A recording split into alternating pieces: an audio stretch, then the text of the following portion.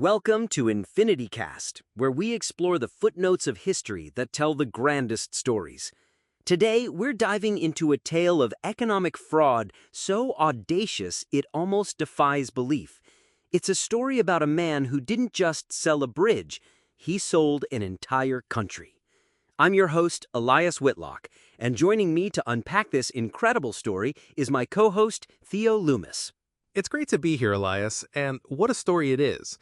It really speaks to the power of a good narrative, especially when it preys on hope and ambition. Exactly. So let's set the stage. The man at the center of our story is a Scottish adventurer named Gregor MacGregor.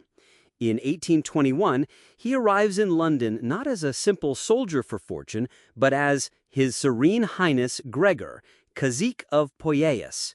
He claims to be the ruler of a small, independent nation on the Mosquito Coast of what is now Honduras. And he didn't just make a casual claim. He came prepared. He described Poyais in incredible detail. It was a paradise, he see. The soil was so fertile you could harvest 3 maize crops a year. The rivers were supposedly laced with gold, and the capital city, St. Joseph, was a beautiful port with a cathedral, an opera house, and a domed parliamentary building.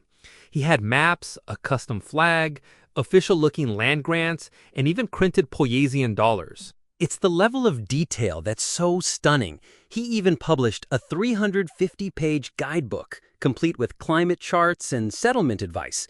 This wasn't just a lie. It was a meticulously constructed fictional world, and Britain in the 1820s was the perfect audience for it. The Napoleonic Wars were over. There was a surplus of capital, and the public was absolutely captivated by the idea of exotic overseas investment opportunities.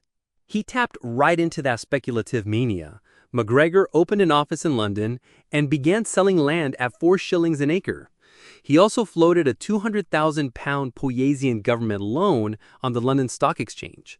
That's equivalent to nearly £30 million today. And people bought it. They bought the land, they bought the bonds, and most importantly, they bought the dream. And this is where the story turns from a clever con into a genuine tragedy. In late 1822 and early 1823, 2 ships, the Honduras Packet and the Kennersley Castle, set sail from London.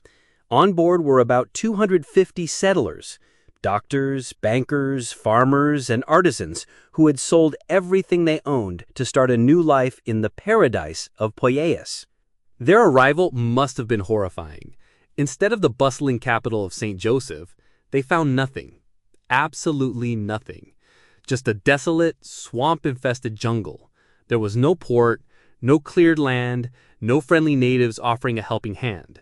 The reality was a malarial nightmare. The settlers were trapped. They tried to build crude shelters, but disease and starvation took hold almost immediately. Before a passing ship discovered the survivors by chance, more than half of them, over 160 people, had died. The paradise they were sold was in reality a mass grave. And what about the architect of this disaster, Gregor MacGregor? By the time the survivors made it back to London with their horrific story, he was long gone.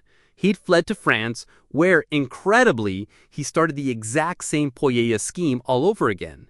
He was eventually arrested in Paris, but he managed to talk himself out of it, claiming his agents were to blame. It's infuriating. He never faced true justice for the Poyais disaster. He eventually moved to Venezuela, where his minor role in their earlier wars of independence granted him the status of a war hero. He died there in 1845 with a full military pension and a state funeral. An unbelievable end for a man who orchestrated such a devastating fraud.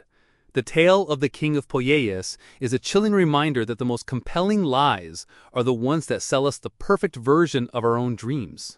A perfect and powerful summary, Theo. Thank you for helping unravel this piece of history. It shows that in the world of economics, narrative can be the most valuable and the most dangerous currency of all. That's all the time we have for today on EnfinityCast. Join us next time as we explore another story from the depths of the past.